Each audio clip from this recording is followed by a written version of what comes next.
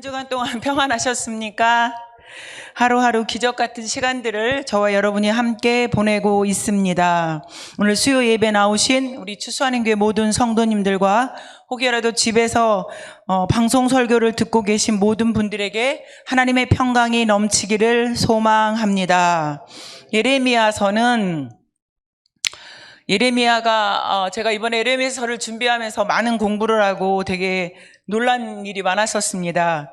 예레미야를 하나님이 처음에 부를 때 나이가 20세쯤 되었을 거로 보고, 예레미야가 본격적인 사역을 시작한 건 30세, 그리고 예레미야와 하나님이 동행했던 시간들과 시기는 거의 50여 년이라고 보고, 정확하게는 40년 6개월이라고 말하는 학자들도 있었습니다. 오늘 예레미야서 1장 1절을 보면 베냐민 땅 아나돗의 제사장들 중 힐기야의 아들 예레미야의 말이라.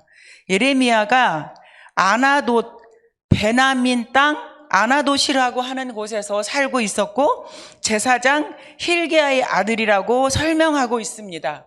이것으로 우리가 간주어 볼 때 베냐민 땅 아나돗이라고 하는 지역은 여호수아가 레위 지파에게, 하나님의 제사를 진행하는 레위 지파에게 머물 수 있도록 그곳을 정해놓고 이스라엘 레위 지파 제사장들에게 허락한 땅이기도 합니다. 그리고 제가 이번에 설교 준비하면서 또 한 번 놀란 건, 여러분 잘 알고 계시듯이 역대하 34장 1절에서 6절까지 말씀을 쭉 읽어보면 거기에서 누가 나오냐면 요시야 왕이 나오는데, 요시야 왕이 몇 살 때 왕위에 올라요? 8살. 유아 몇 살이에요? 네? 10살, 10 years old. 10살. 근데 8살에 왕이 되었다. 이제 그동안 성경을 읽을 때는 그래, 8살에 왕이 됐대, 이제 이렇게 읽었는데, 유다 왕 요시야가 8살에 어떻게 왕이 됐어? 8살에. 장로님, 우리 8살에 왕이 됐으면 우리 제대로 했을까? 그럼 뭐라고 기도했을까? 그런데 북이스라엘이 이제 멸망하고 이제 작은 유다 이스라엘이 남았어요. 그런데 애굽이라고 하는 거대한 나라가 이 남유다를 도와줄 줄 알았는데, 오늘 성경에 나오는 북쪽에 있는 바벨론과 전투를 해서 져버린 거야. 그러니까 하나님께서 그토록 멸망하지 않고 다 구원하려고 절절한 마음으로 선지자들을 세워서 그 시대마다 멸망에 처한 내 백성, 생명의 근원인 샘을 터뜨리고 죄악에서 헤매는 내 백성을 살리고 싶은 하나님의 마음이 누가 가장 잘 전할까? 찾고 또 헤맨 게 제사장의 가문 중에 가장 하나님 앞에 합격으로 딱 지명당한 사람, 누구? 예레미야야. 가문이 흠잡을 수 없는 완벽하게 준비된 예레미야를 선택하시며 하나님이 이제 예레미야에게 말합니다. 요시야 왕이 13년 되던 해에, 그럼 이제 20에서 21살쯤 됐을 즈음에 하나님께서는 요시야 왕과 예레미야라고 하는 이 청년 제사장을 통해 하나님이 멸망을 선포하라고 하지만 멸망하고 싶은 게 아니라 이 적절한 어려운 시기에 이 선지자와 함께 왕을 도와서 유다가 새롭게 개혁하여 하나님의 거룩한 나라를 건설해 주기를 열망하는 마음으로 요시야 왕과 예레미야가 만날 수밖에 없는 이 극적인 시간에 하나님이 예레미야에게 말하는 거예요. 그런데 예레미야가 쓰임 받을 때 세워졌던 왕들이 유다에서 가장 악한 짓을 골라했던 유다 말기에 여호야하스, 여호야김, 여호야긴, 마지막 유다 왕 시드기야 왕 때까지 눈물 흘리며 예언해야 했던 예레미야 선지자 가족 이야기가 오늘 1절에서 나오고, 그 이하 이제 왜 하나님이 예레미야를 선택할 수밖에 없었던 이야기들이 나오는 걸 볼 수 있습니다. 예레미야의 족보, 활동 시기. 제가 설교 준비하면서 우리 추수하는 교회도 여러분들 가문에 여러분의 가문을 하나님이 가장 기뻐하는 민족으로 세워가기 위해 가장 중심에 있는 한 사람씩을 다 세운 거예요. 그 한 사람이 오늘 이 코로나라고 하는 어려운 시기에 살고 있는 저와 여러분이 예레미야처럼 하나님 앞에서 기도하며 가야 할 사명이 저와 여러분에게 있습니다. 예레미야 이름의 뜻은 여호와께서 세우신 자라는 뜻도 있지만 여호와께서 세워서 던진 자라는 뜻이 있대. 어디에다 던져? 유다의 멸망을 멸망하지 않도록 선포하는 50년 동안을 울어야 하는 이 선지자를 던지는 사건이 오늘 본문이에요. 그러면서 하나님의 말씀이 예레미야에게 임합니다. 내가 너를 모태에 짓기 전에 너를 알았고 내가 배에서 나오기 전에 너를 성별하였고 너를 여러 나라의 선지자로 세웠노라 하시기로. 예레미야가 엄청 기뻤을까 장로님? 아우 할렐루야, 하나님 나를 선택하셨군요. 그 많은 선지자 중에 어째 접니까? 아우 할렐루야 너무 기뻐 이랬을까요? 어떻게 했을 것 같아? 전도사님 오늘 찬양인도 너무 잘하셨는데 그렇지는 않았을 것 같아. 그런데 완벽하게 준비된 가문이야. 성직자로서 제사장들이 다 타락해가는 그 시대에 우상의 잔재들을 싹 쓸어버리고 하나님 앞에서 요시야 왕과 함께 엄청난 개혁을 할 거라고 생각하고 이 일은 시작되었습니다. 그런데 예레미야가 말합니다. 내가 이르되 슬프도소이다. 주 여호와여 보소서 나는 아이라 말할 줄을 알지 못하나이다. 제가 그 전에 성경 읽을 때는 왜 성경에 있는 큰 인물들 모세, Why me? 하나님 앞에 그러잖아. Why me? 그리고 또 누가 그래? 솔로몬이 20살에 왕이 됐을 때 나는 작은 아이라 주의 종에게 분별력과 판단력을 허락해 주시고 이 종을 불쌍히 여겨달라고 기도할 때 하나님이 뭐라고 말해? 솔로몬에게 솔로몬의 기도가 마음에 든지라. 아유 여러분 이런 얘기 들으면 내 기도가 하나님 마음에 들까? 우리 좀 생각 좀 해봐. 제가 2주 지금 우리 3주째 설교하는데 너무 내가 세게 말하나 싶어가지고 지금 톤을 좀 낮춘 거예요. 왜? 저는 배워먹은 습관이, 지난주에 고병 목사님이 습관의 힘이라는 이야기를 설교하셨잖아요. 그 전주에. 여러분 저는 배운 습관이 기도하면 호랑이의 포효처럼 울먹이며 자식을 위해서 우는 우리 엄마, 우리 가족들에서 배운 게 다 그것밖에 없어. 여러분 제가 장례를 치르면 장례를 예배를 준비하는 가족보다 제가 더 예민해요. 왜냐? 여러분 우리 교회가 장례를 다른 교회에 비해서 참 많이 치렀어요. 전 제가 가장 영광스러운 장례 예배를 치렀다면 김경숙 장로님 아버님 장례 예배야. 배짱도 좋아. 고병 목사님 미국 가는 비행기 딱 탔는데 돌아가셨대. 이걸 어떻게 하면 좋아? 내가 철었었으면 어쩌란 말이냐 이 아픈 소리를 그랬을 텐데, 장로님 제가 하겠습니다. 오세요. 당차게 헤쳐모여 배영철 성도님 오시기 전에, 집사님 오시기 전에 탁탁탁 일사천리하게 9번의 예배를 드리면서 제 생애에 가장 위대한 장례 예식을 치렀어요. 그분도 복이고 믿지 않는 불교 신자들도 거기 많이 왔다 갔어요. 그래서 여러분 앞으로는 우리 추수하는 교회 성도님들에게 부탁해. 장례 예식에 갈 때 가장 아름답고 예쁜 검정색 예복을 한 벌쯤은 잘 준비했으면 좋겠어. 불교쟁이들은 이상한 관 쓰고 이러고 다 입고 오잖아. 그래도 기독교인들 앞에 와서 김경수 장로님 봤죠? 발발발발발 떠는 거 발발 떨어요. 예수 이름의 권세가 그만큼 큰 거예요. 그래서 하나님께서 이 가장 악한 시대에 유다를 구원시키고 멸망하기 직전까지 두 가지의 환상을 보여주면서 선택한 사람, 그게 바로 누구다? 예레미야야. 예레미야는 주의 종의 가문으로 흠이 없었고 레위 지파의 가문은 영적으로 세습됐었습니다. 여러분 세습이라고 말하면 안 돼. 목회자들의 대를 이은 이 법은 하나님께서 성경에 이른 대로 주의 종들이 나오는 지파는 레위 지파에 따로 있었어요. 그래서 하나님께서 예레미야를 세우시고, 하나님, 저는 작은 아이입니다. 말할 줄 모릅니다. 근데 어떻게 하나님을 이겨요? 하나님이 말하잖아. 어쩌면 성경에 이런 말씀이 기록되어 있어. 장로님, 여러분들이 태어나기도 전에, 내가 하나님을 알기도 전에, 내가 엄마 뱃속에 형성도 되기 전에 내가 이미 너의 성별을 구별하였고 내가 너를 이미 선지자로 세웠대. 이게 뭐 하라는 거야?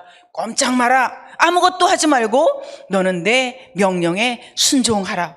그러니까 나는 아이라 말할 줄 모릅니다 얘기했죠? 그러니까 여호와께서 뭐라고 말해요? 여호와께서 내게 이르시되 너는 아이라 말하지 말고 내가 너를 누구에게 보내든지 너는 가며 내가 내게 무엇을 명령하든지 너는 말할지니라. 예레미야가 받은 명령이에요. 내가 받은 이 명령을 작은 소리로 내가 듣기 편한 친구들에게 몇 명에게만 말하는 게 아니야. 때를 얻던지 못 얻던지 무시로 유다 백성들에게 계속해서 하나님 앞에서 돌아오지 아니하고 너희들이 죄악을 끊지 아니하고 너희들이 우상을 버리지 아니하고 생명의 근원이신 하나님을 버렸기 때문에 너희들이 여호와께 돌아오라. 언약의 삶을 살려면 하나님의 말씀을 실천하고 반응해라. 바르게 예배하라. 약한 자들이여 전능하신 하나님을 의지하라. 하나님의 생각은 너희를 향한 재앙이 아니라 평안이니 미래에 희망을 주는 말씀이니 돌아와라 돌아와라. 이 얘기를 1, 2년 하는 게 아니라 50년을 해야 돼. 제가 설교 준비하다 깨달았어. 아니 50년 동안 이 얘기를 하려면 예레미야 선지자가 얼마나 힘들었을까. 그리고 왜 하나님이 50년이라고 하는 유예기간을 허락했을까. 혹여라도 그 기간 안에 내 백성이 하나라도 돌아올지 누가 알아. 전 그런 생각이 들더라고요. 여러분 자식이 죽어봐요. 잠이 와요? 하나님이 우리 보고 너희들은 내 백성이고 내 자녀고 내 아들이라는데 하나님의 아들, 딸들이 멸망의 도구로 쓰임받아 죽는 걸 하나님은 원치 않았던 거야. 그래서 그렇게 애달게 요시야와 함께 엄청난 어린왕과 종교개혁의 대장정을 펼치며 하나님 앞에 가장 적절한 때에 젊은 소명받은 에레미야를 선택했는데 결국은 완전한 개혁을 이룬다는 건 쉬운 일이 아니었어요. 왜? 백성들이 개혁되기를 싫어했어. 이렇게 목회를 해보니까 그런 게 있어.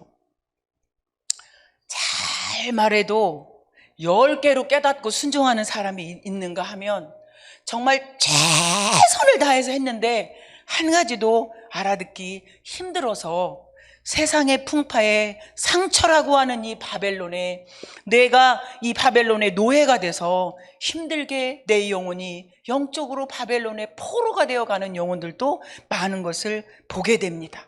그러면서 하나님이 에레미야에게 왜 내가 너를 선택할 수밖에 없었는지 그 활동 시기를 설명해 주면서 뭐라고 말하냐면 두려워하지 말고 담대하게 전하라고 용기와 격려를 동시에 주고 있습니다. 그 내용이 뭐냐면 8절과 9절 내용이에요.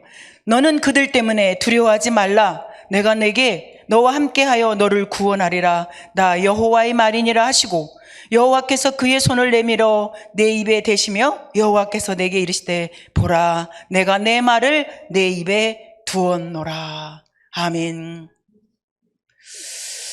사람들이 나가서 전도할 때나 누구를 만날 때 제가 오늘 오전에 저희들 제자훈련 했는데요 하면서 제가 요즘 늘 하는 말이 이거예요. 여러분 우리가 아침에 눈을 뜨면 늘 사건들을 만납니다.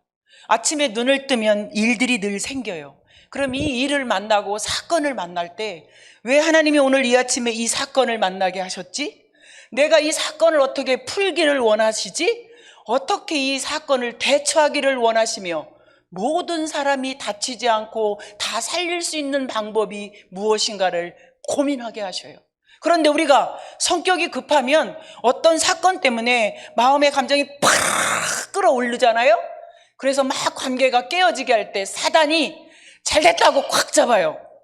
뭐 하려고? 옳다구나 이러길 내가 기다렸는데, 우는 사자와 같이 삼킬자를 두루 찾아다니는 사단은 별거 아닌 거에 팍 끌게 만들고 막 놀래가지고 난리를 치면 툭 잡아서 판단력, 분별력, 분노로 하나님도 안 보이고 내가 감정의 회오리 바람, 토네이도에 휘감겨서 다 망하도록 부추기는 게 감정이라고 하는 사단의 역사입니다. 저도 어제 많은 일들이 집안에 있었습니다. 개인적으로 우리 조카 목사님 집안에도 특이한 일이 있었어요. 그래서 제가 목사님한테 말씀은 안 드리고 기도하다가 오늘 오전에 그 모든 사건들이 종료됐어요. 그래서 제가 그분에게 그런 얘기를 했어요. 이 사건 앞에서 하나님이 내가 무엇 하기를 원하는지 분별하라.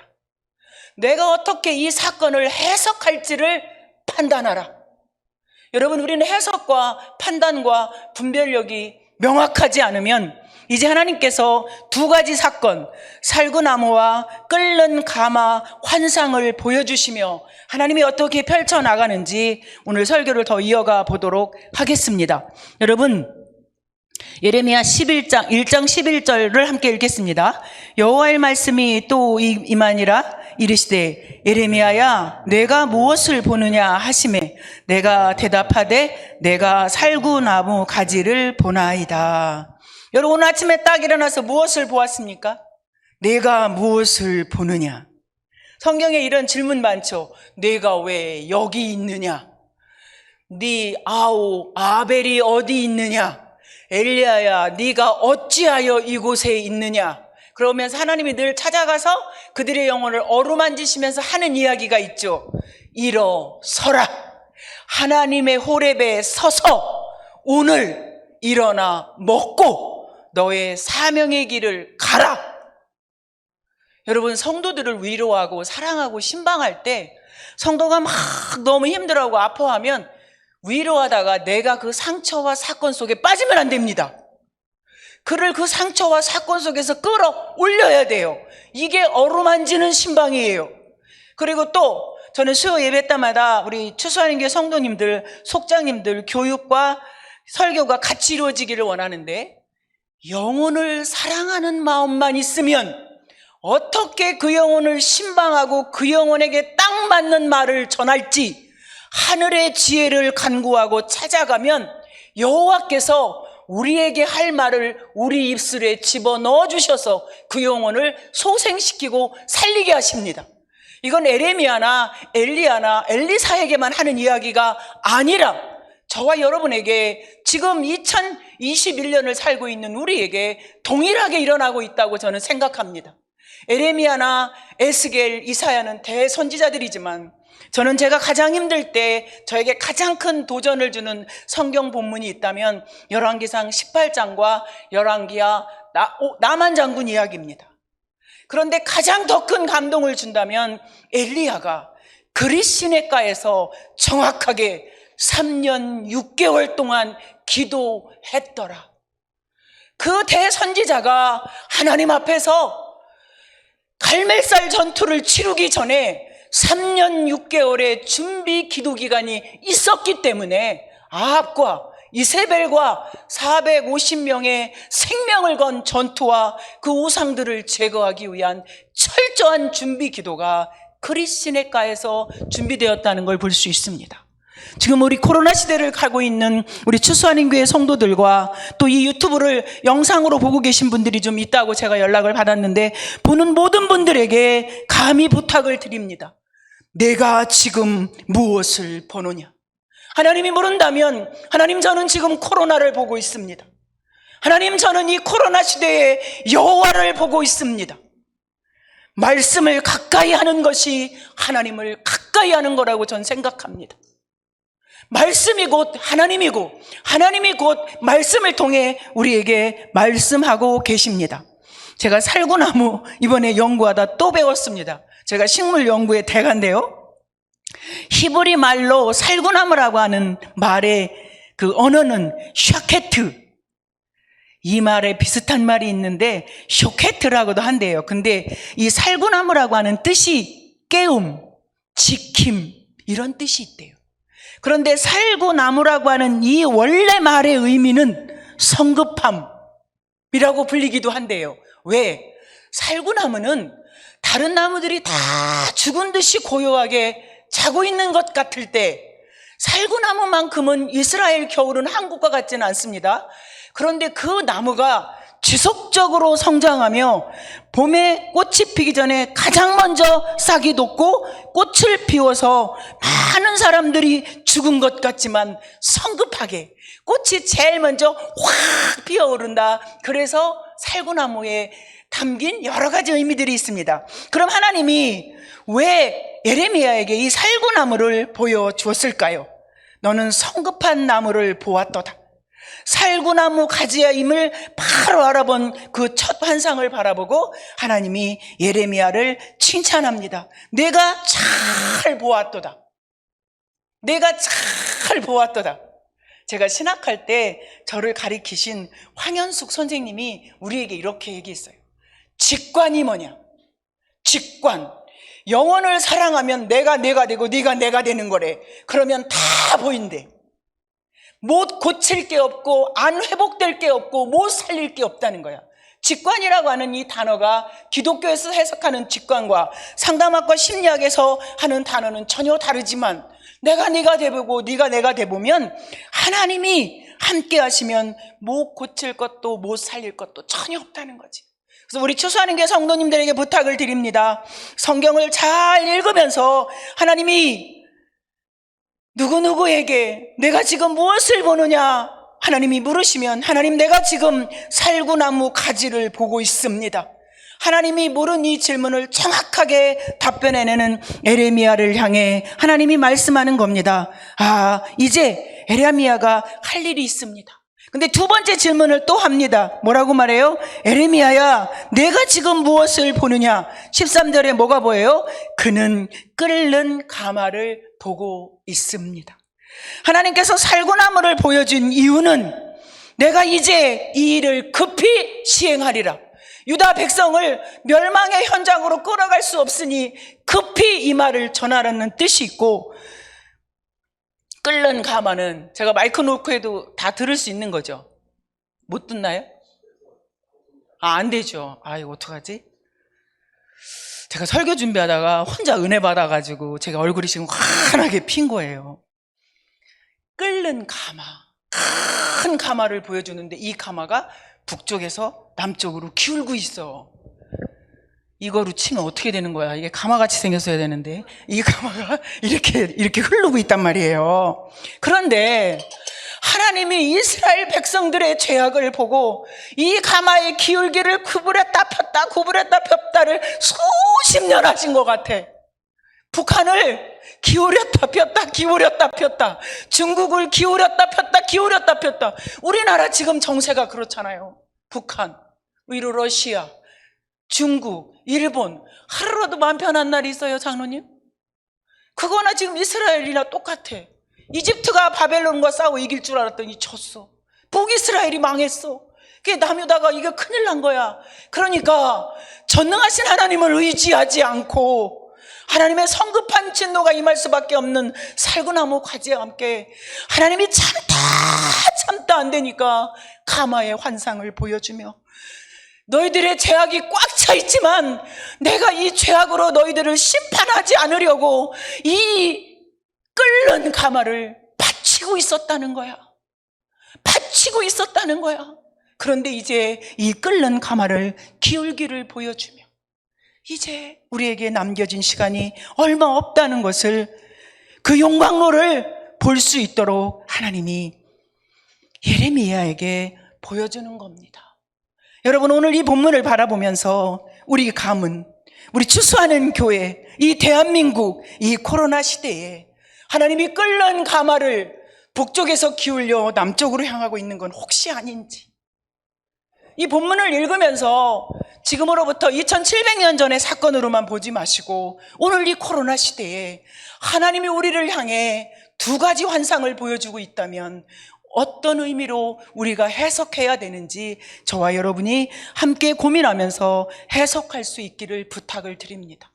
끝까지 참으신 하나님, 가마를 수백 번 기울일 수도 있었지만 76년의 역사 동안에 우리나라가 북녘 땅에 밥이 되지 않고 광복절을 맞이한 지금 이 순간까지 얼마나 우리를 보호하고 지키셨는지, 지난 2월까지 전 세계 나가 있는 선교사님들이 27명이 하나님의 부름을 받았습니다. 이성상 선교사님이 계속해서 페이스북에 선교사님들의 순교 소식을 올리기 시작했습니다. 코로나 때문에 아무도 반응하는 사람은 없지만 제가 그걸 바라볼 때마다 제가 느낀 게 뭐냐면, 대한민국 삼천리반도 금수강산에 500여 명이 넘는 선교사들이 피를 토하며 이 나라를 지켜냈듯이 전 세계 열방에 나가 있는 하나님의 종들이 세계 복음화를 위해 그들의 몸을 던지며 이 코로나 때문에 순직하고 순교했지만 결국은 하나님께서 예레미야를 통해 온 인류를 구원하고 여러 왕들과 함께 하나님이 지금까지 효력 있는 말씀을 전파하시며 전 세계는 내 백성이고 내 아들이고 전 세계 70억의 영혼을 하나님이 어떻게 얼마나 사랑하셨는지 이 예레미야를 통해 저와 여러분이 함께 깨달을 수 있기를 바랍니다. 두 가지 재앙을 보게 되었고 하나님이 뭐라고 말씀합니까? 내가 북방의 왕들의 모든 족속들을 부를 것인즉 그들이 와서 예루살렘 성문 어기 각기 자리를 정하고 그 사방 모든 성벽과 유다 모든 성읍들을 치리라. 여호와의 말이니라.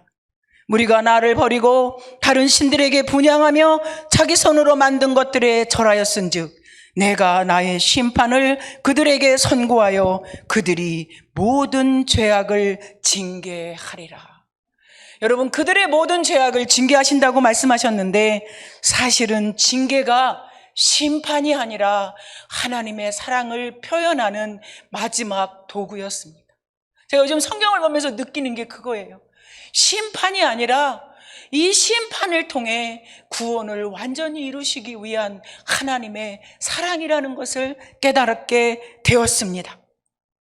여러분, 감사합니다. 오늘 이 밤에 제가 설교하고 제가 지난주에 비전교회에서 설교하면서 솔로몬의 기도에 대해서 설교하고 제가 요즘 더 느끼는 게 있어요. 저는 장군 중에 제일 좋아하는 장군이 더글라스 맥아더 장군이에요. 발음도 좋아. 더글라스 맥아더 선글라스 탁 끼고 인천 상륙작전할 때 미들라이츠 영화 좀 보세요. 저 인천 상륙작전 영화를 여러 번 봤습니다. 전혀 다른 주인공들이 나오는 걸. 우리나라가 해방이 되고 여기까지 오기까지 인천 상륙작전에서도 죽은 사람이 한두 명이 아니에요. 어린아이들이, 젊은 소년들이 대한민국을 지키기 위해 피를 흘렸던 그들의 순교를 우리가 기억해서 오늘 저녁에 예배 나오신 우리 추수하는 교회 모든 성도님들은 가장 영적으로 배경 좋은 레위지파에서 태어난 예레미야처럼 여러분들이 모태적에 태어나기 전부터 엄마 자궁 속에 폼이 형성되기도 전부터 하나님이 택하셔서 장로로 권사로 주의 종으로 세우시고 하나님의 영광을 위해 이 마지막 시대에 엄청난 개혁을 이루며 우리가 변하기 위해 노력하고 다른 사람이 변하지 않아도 그 어려운 시대에 에레미야 선지자 한 명을 선택해서 에레미야를 도운 바룩 선지자와 함께 바룩이 예레미야서를 기록했잖아요.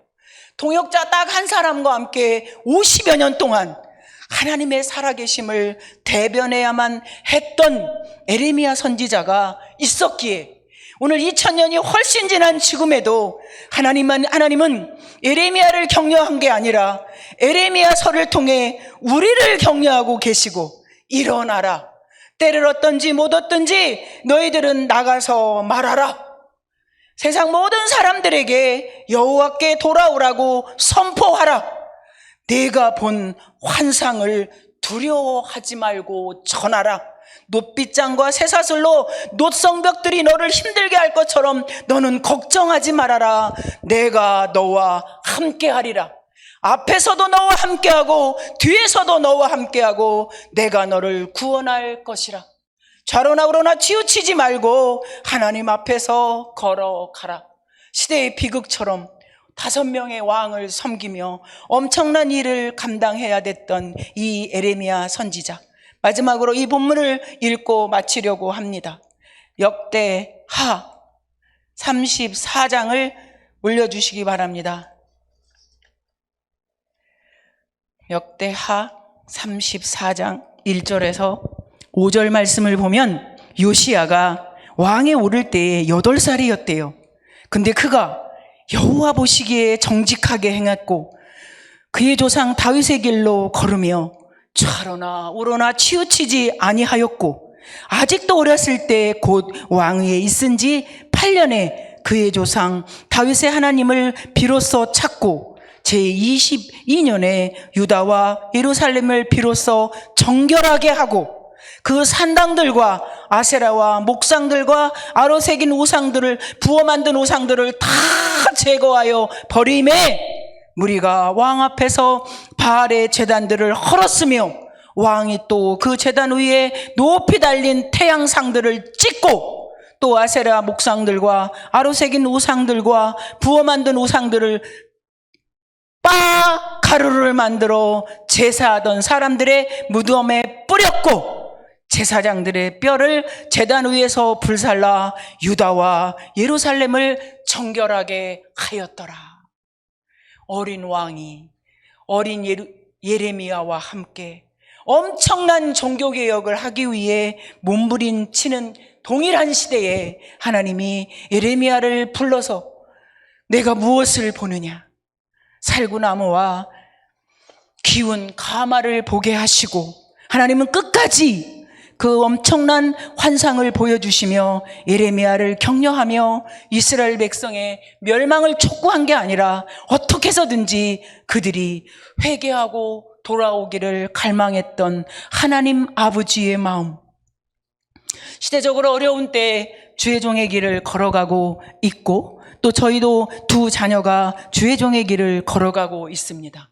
그래서 더 두렵습니다. 잘 가지 못하면 발 한번 삐끗 잘못 더지면 큰일 납니다.